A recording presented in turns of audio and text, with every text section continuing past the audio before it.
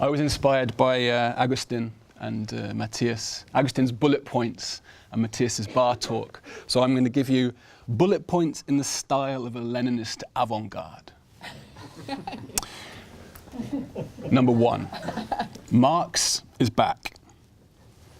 From Fukuyama, famous American neocon, to Mark Carney, governor of the Bank of England, to most recently, Teen Vogue. Perhaps more importantly, the White House, of Council of Economic Advisors to the White House just this week, published a 180-page refutation of socialism because they fear that the spectre of socialism is back, beginning this 180-page document by announcing the 200th anniversary of Karl Marx. Now, we have to move from Marx to Komarek. And I will quote from the agenda to the conference. A good start for a critique of European constitutional ideology would be to consider the economic dimension of constitutional theory and the theory of European constitutional law in particular, and to realize the importance of the C word, not the constitution, but capitalism, and include it into our analysis of the European Constitution. So, Komarek doesn't mention the K word, Karl, but he mentions the C word, capitalism. And it turns out that this is easier said than done, integrating the C word into our analysis, but this is what I'm trying to do. So, second point, the themes of this conference are symptoms of a crisis of the European constitutional imagination. Do we seek refuge, or do we join the Leninist avant-garde? Now I'm going to explain why we join the Leninist avant-garde. So, point 2 has 2 subpoints. Firstly, I take this also from Komarek's agenda, the integrative function of European constitutionalism no longer has the capacity to fulfill its role, even amongst, we might say, the frequent flyer bourgeois academics amongst whom it was propagated the most. Crisis, however, also opens the opportunity for critique. And less obvious, but still present in Komarek's agenda, was the idea that there should or could be something critical emancipatory out of all this. Where is it? Where can we, or to put it in colloquial terms, how can we turn this crisis into an opportunity? Bearing in mind also Walter Benjamin's concern that behind every fascist uprising is a failed left-wing revolution. Point 3. My specific diagnosis of this crisis of the European constitutional imagination is that it reflects a crisis of post-sovereignty. In other words, a spectre is haunting Europe, the spectre of sovereignty. Point 4. Post-sovereignty is a German ideology. It is the post-war constitutional settlement, which Senior elaborated on yesterday under the auspices of the post-fascist model 1 of constitutional ideal types. It's the dominance of restrained democracy, as Jan Werner Müller and Christoph Mollers explain in different ways. But it's picked up by Neil McCormack in 1992, at the moment that its dominance begins to decline, because sovereignty begins its return in response and as part of the Maastricht Treaty itself. Incipiently, in that we now see what the effects of EMU is on sovereign powers being claimed by the ECB, but incipiently in that it also signifies the moment of national resistance to the European project. Let's not forget that the French in 1995 voted through the Maastricht Treaty by 51% to 49%. Post-sovereignty, point 5, is the original sin of post-war reconstitution, because it represents a narrow diagnosis, and I would say a misdiagnosis, of the interwar breakdown of liberal constitutionalism, highlighting a crisis of democracy and neglecting the central role played by a crisis of capitalism in the interwar period, which in my view is far more explanatory of the collapse of liberal democracy. So it's a diagnosis, but also a misdiagnosis. Part of the reason for its ideology, but I'll say something about another reason for its ideology, which I skimmed over, but I think was apparent in our discussion on Senior's paper, which is that this German ideology is not transposable into other contexts, notably the second and third models, but also has a life of its own and tends to dominate the European constitutional imagination. So it's ideological in a number of different senses. Post-sovereignty signifies not merely a fear that the people will undermine liberal democracy. This is the classic thesis of Loewenstein, militant democracy, but that they may undermine also a liberal economy, taking back control of the money supply, for example. Which is why liberals sometimes end up in strange company, because there is a deep liberal fear of democratic socialism. Point 7. Post-sovereignty is captured in terms which we have to integrate into our constitutional theory, such as post-politics, post-democracy, and what in my own work I call authoritarian liberalism. This is the dark side of post-sovereignty. Now it's ideological not only because it is forced into places where it doesn't fit, and is in a way, in my mind, a misdiagnosis, but because it has outlived its sell-by date. And indeed, Maastricht is the moment at which I think reveals that. How much time have I got left? 5 minutes. I'm already on point 9. You're almost done? Yeah. Good. Fantastic. Good work. Point 9. In its Euro crisis phase, which begins a decade or so ago, it has now evolved into what began at Maastricht in the margins as an anti-systemic crisis of populist movements and German constitutional court irritation, has developed into a full-blown crisis, which now has centrifugal and centripetal forces acting in different directions. We've talked about the pressure from the top down, as it were, the action, the political sovereignty exercised from the top down, not only in formal ways by the ECB, but also informally in Juncker's State of the Union address. The hour of sovereignty is back. In Donald Tusk's ideological claim that the only ideology remaining is that of ordoliberalism, and so on and so forth. But it also emerges in a centripetal manner, placing sovereignty claims now place extreme pressure from the bottom up through the return of nationalist right-wing parties in Central and Eastern Europe, but also in the core of Europe, and, of course, from the claim of the British people to leave the European Union. And this leads me to my final point, and the question of whether we should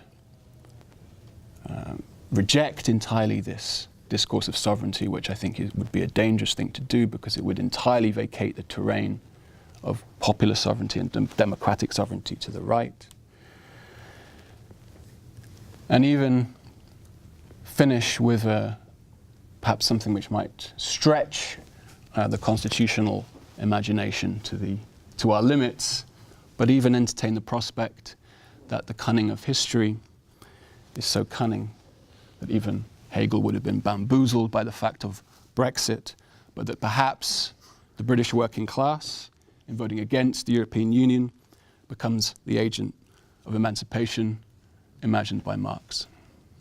And on that note, I will finish. Thank you, Mike, for the presentation. I would like to ask you to elaborate a little bit or to clarify and listen to me, part of your approach. So you seem to argue, but correct me if I'm wrong, that there is continuity between the type of legality developed in the German constitution and the type of legality of the European Union. They are both forms of constrained democracy, and they are obstacles to self-government and to sovereignty. So if this is true, and and yesterday I questioned this claim, but if this is true, do you think that constitutional patriotism could be a resource to contest the current state of the European Union? Do you think that, in other words, constitutionalism can play a subversive role in the current situation, or do you think that constitutionalism is just the ideology masking the current status quo, and the sovereignty should be the utopia that we should follow to change the status quo, to upset it? Shall I? Sure. Thanks, Marco. I'm glad that you didn't join in my spirit of intellectual avant-garde-ish bullet points, but ask me a serious question. Okay, it's a fair question, and I think maybe we have to go back to yesterday's varieties of constitutionalism, and it may well be that, for example, in the Italian case, the domestic constitution can still have the resources of resistance, of at least rhetorically, and maybe even institutionally. The Italian constitution built on Labour of 1948. So that's, I wouldn't rule out the possibility of using constitutional rhetoric in a progressive way, in a way which tries to defend the social state against the market economy. But I suspect that will very much be context dependent. And what might be the case in Italy may not be the case in France or Germany. The method of resistance will be national specific, will have to be context specific, and there will be no, I don't think, universal solutions. Common constitutional traditions, very broad principles, those in Article 2, could be a resource to redress the institutional framework of the Union? No. You don't? Good, that was a clear answer. I like that. Yes, Yuri? Thank you very much, and it's, as I keep telling my students, if you want to read Staatslehre today, you have to read Martin Laughlin and Mike Wilkinson. Yeah, so this is an example of... Yes. So, talking of German ideologies and post-sovereignty, and it's interesting that you mentioned Lenin, you mentioned Marx, you didn't mention Engels. Engels was much better social observer than Marx. Marx was a visionary, maybe too much of a vision, but Engels observed what's going on, and he was much more down to earth in his observations of British working class and social movements of the 19th century. And my question is, isn't your notion of post-sovereignty actually driven too much by a very British notion of sovereignty? Constitutional pluralists. Yeah. Good. You want to reply to that right away? Yes and no. That was a lot of. So yes and no. So, sorry? No, this time you can't just say yes Okay. and Fine. No, I said no last time. I said yes and no. Okay, so...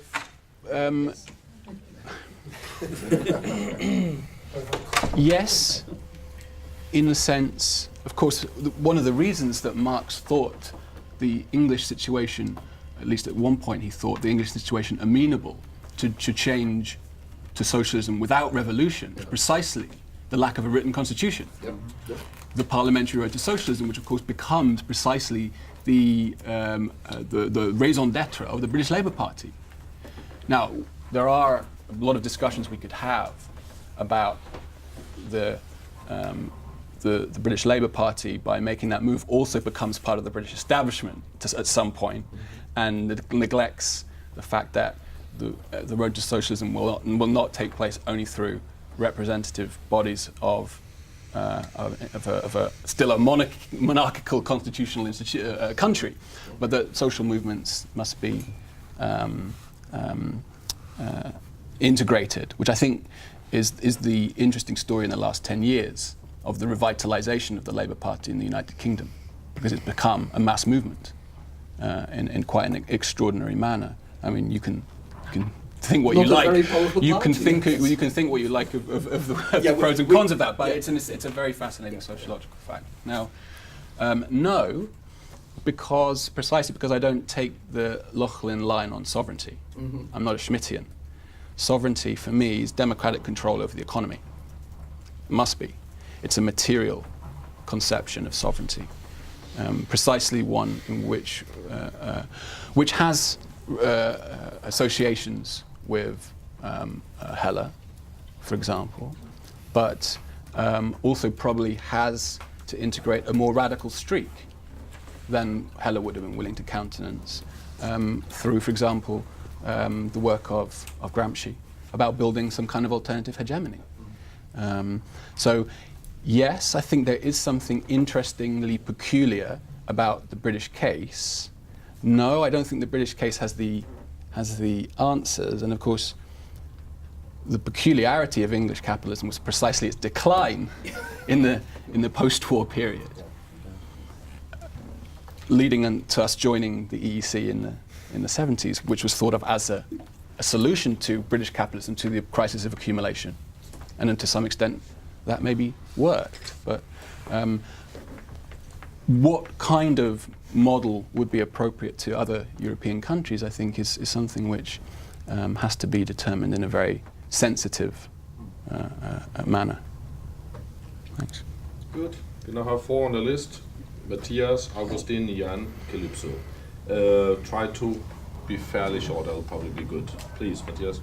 So, I thought, echoing what the jury just said, that the title of this talk could be Resurrecting Deutsche Staatsrechtslehre as English Ideology. And one of the surprising features of that is that there is, on the one hand, clearly kind of a left-wing critical emancipatory attitude which informs its presentation, which stands in tension with so I'll just articulate this as one clear question. How should we imagine the democratic control of the economy under contemporary circumstances, if not as part of a regulated transnational structure of some kind? So, with other words, it may well be that the existing structures of the EU are deficient in fundamental ways along the lines that maybe Christian has analyzed with regard to the European Central Bank and the Monetary Union. But I can't imagine what an alternative would look like that would be simply kind of a re-establishment and refinement of national democratic procedures and national regulation. So in the history of the left has been one of thinking about regulating and constructing transnational structures for taming global capitalism. The tendency for capitalism is always to turn global, and the idea is you need some kind of structures to tame it, to contain it, to regulate it, to make things work for ordinary people. And the question is, what would that look like? I mean, so the remarkable thing about the contemporary left, in particular in its form that it takes in Britain, is that it's remarkably insular and national focus. And that I find simply puzzling and intellectually a dead end. So Wolfgang Streeck does the same thing. Yes, I know. So in that case, it may not just be an English ideology. But just as it's not just an English ideology, now I turn it around. The idea of this Germany as the model and the fading model underlying the EU construction, that story too has to be a much more complicated one. Why is it, do you think, that when we talk about the decline of that model, it is the German Constitutional Court in its Maastricht decision that basically raises the flag of the sovereign state in the name of democracy for the first time. So how does that fit with that story? Perfectly, as it turns out. Oh, But I'll show you. But that's a challenge. Yeah. No, thanks very much, Matthias. I mean, you raise what is a common objection to any sort of Lexit project, as it were, and I think it's based on a misconception. I mean, the left, as you point out, has always been an internationalist movement, but I think we have to actually acknowledge the fact, as you implicitly did, that the EU, if anything, is an obstacle to that now, or has these reached a point where we might say that actually it's an obstacle to internationalism. I mean, I think we should forget about this word transnationalism. What we should be thinking about is internationalism, which the left has always been an adherent to. Now, of course, how precisely that would work itself out would be open for discussion. But unless we have some kind of sense of building up democratic power from the bottom up in the member states, it will be a pipe dream, and in many ways will simply feed the reaction of the right, which is what we're seeing now in terms of their backlash against globalization. It needs to be built up concretely and with popular support. The second point, you actually raise something which I didn't have time to go through in my 10 bullet points, but it is an important point about how post-sovereignty, even in the German sense, is ideological precisely because it conceals German hegemony, which we're also witnessing through the evolution of the Euro crisis phase, where we reach a point at which it's plausible to argue that indeed what we're witnessing in the Eurozone is the de facto exercise of sovereignty of a bloc of countries, not only Germany, a bloc of countries over another bloc of countries. This isn't only Marx, this is Ulrich Beck. I mean, a German Europe, the spectre of a German Europe. Now, I think it's more complicated than that, precisely because, in a sense, if Germany were willing to become the benign hegemon, the Eurozone crisis may well have been resolved in a more sensible way, quite possibly. Whether we should be wishing for German hegemony is another thing, but at least we can say that there is, I think you pick up an important point, an ambiguity in both the weakness and the strength of Germany, which finds itself unable to take a leading role, maybe for good reason, but that precisely this post-sovereign ideology, which characterizes Germany because of course it's no coincidence that the German reunification occurs at the point at which you mention, when Germany again becomes the dominant player geopolitically in Europe. And of course, the story is precisely why the French agree to the single currencies, because they're afraid of the strength of a reunified German Deutschmark, as to why they go for the Euro project at all. So, let's collect. But thanks. Is it possible to have one follow-up on that? Very brief, both of you. So, but here's the puzzle. So, German non-sovereignties, post-sovereignties hegemony was supposed to have occurred up until the reunification, Maastricht, etc. And during that time, I think it's pretty clear that Germany was clearly not hegemonic. No, I would agree with that. It was France played the leading role politically. Yeah. So Germany. No, the hegemony comes later. Yeah. So Germany comes later. And the moment Germany comes in as whether benign or not, probably not, powerful actor, whether hegemonic or not, it does so in the name of sovereignty. So note this.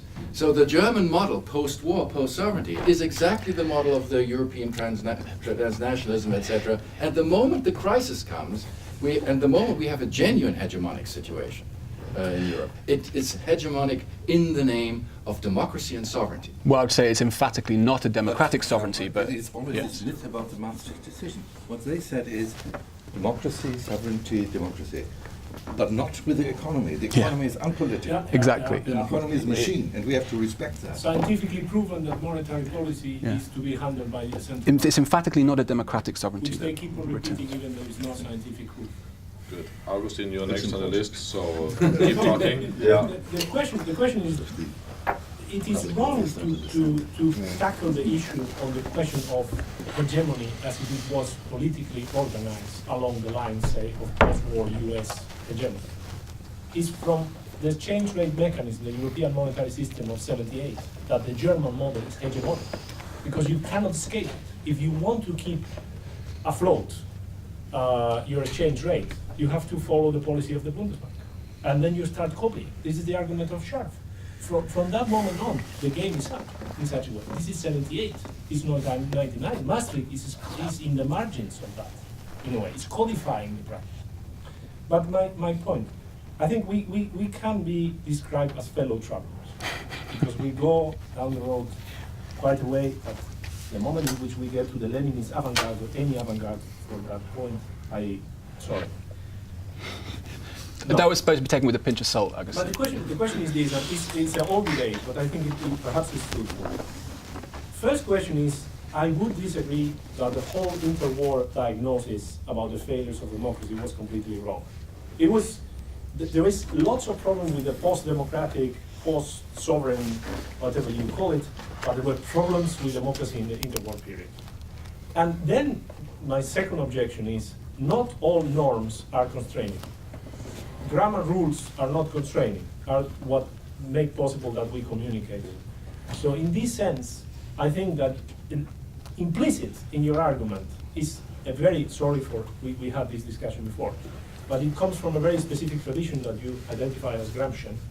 I would say it's British, regarding the Constitution and the role of the democratic Constitution. We disagree, we probably will not agree, but I see a point of a democratic Constitution. Moreover, I think that you conflate different types of constrained democracy. It's very different. We can say it's constrained democracy. It's very different. Germany in the 50s and the 60s, in which the German Constitutional Court talks about the neutrality of the economic model, so to say. And another thing is the European Commission talking to the Italian government regarding the budget, where there is no neutrality of the economic model. We are dictating how you write the budget.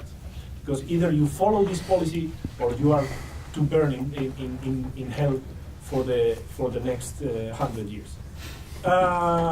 So we will sanction you. Okay, that's the subtext. The fourth thing, and the eighth point, is that we disagree on the following. What you present implicitly as the German ideology, extending to the whole continent one way or the other, is responsible for the two really existing models that have come closer to any kind of normative vision that could be shared by social democrats, Christian democrats, and people to the left of the two. Meaning the welfare state, and meaning something like the European Payments Union of the 50s, or the European communities of the 60s. Internationalism, which I would agree, is not a question of cosmopolitanism, whatever it means. It's a matter of internationalism, and we can have the discussion what is the difference between the two. But if it's about international solidarity, it's a fact that nothing that really existed and was institutionally structured come closer to that than the welfare state and the European communities of the 60s. So, should we throw them away? Should we give, because at the end, you are into a weak history again. You are Whig. You are partially, with post-sovereignty, you are doing with sovereignty, you are doing the same trick as the post-sovereigns. It's a blue sky of how we will get there. You know, everything will be fine when we are sovereign. Please. Good. Thank you very much, Jan. We continue with you, and then you get please keep it short as you can, as short as you can. Well, it only makes the break shorter, I think. What I wanted to say, it's related to all three papers in the panel, and it was sparked by Marco's question and your answer as well. And I was struggling with the two previous papers, how I can relate it to my agenda, because in the end I'm sort of using your idea for the purposes of my project. And then I realized, well, what I found interesting and sort of connecting all the three papers together is the question I'm trying to ask and I was not able to formulate, and that's so what is the sort of political economy dimension of all sorts of constitutionalism we are talking about, and what is the ideology behind these political economic questions about constitutions. And it relates to Marco's question when he asked, so are there some resources in national constitutions, resources for resistance against the sort of political economy which is embedded in the current form of European constitutionalism? And that's one of your bullet points. It's easily said than done. But the question then is, unless we talk about all sorts of constitutionalism as having this political economic dimension, then we are not really able to see the potential or the lack of this potential. So we may have European Economic Constitution, that's all well, and then Carlo Tuore and his different sorts of constitutions, but I think the point is that there is always some political economy behind any kind of constitution. So would you agree with that? Good. Mike? Thanks. So I guess then it would take me a while to respond to everything that you said. I specifically, even bullet pointed, I specifically said that the diagnosis misses something, not that it's entirely wrong. There are types of constrained democracy. I mean, this goes back to, of course, within ideal types, you can be panicky and you can identify maybe even significant differences that would lead you to want to break open and have a new fourth type, possibly. But the point of the dynamic is precisely to explain your concern, why we have moved from what was a relatively middle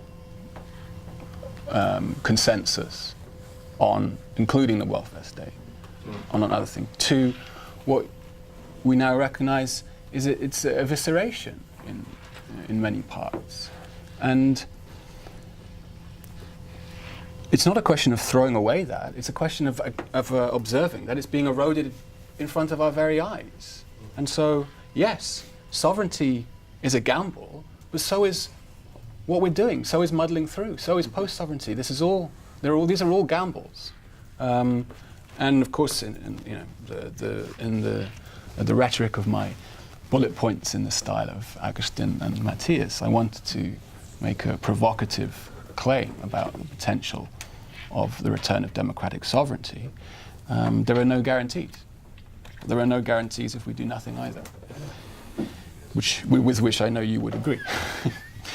Constitutional resistance, I think you make an important point, Jan, because, of course, there are, again, we have to deal with the inequalities between the member states. We spend hours discussing the reaction of the German Constitutional Court, and relatively little time thinking about the attempts in debtor states where constitutional courts have been confronted with questions of violation of social rights in light of the austerity programs attached to the loans.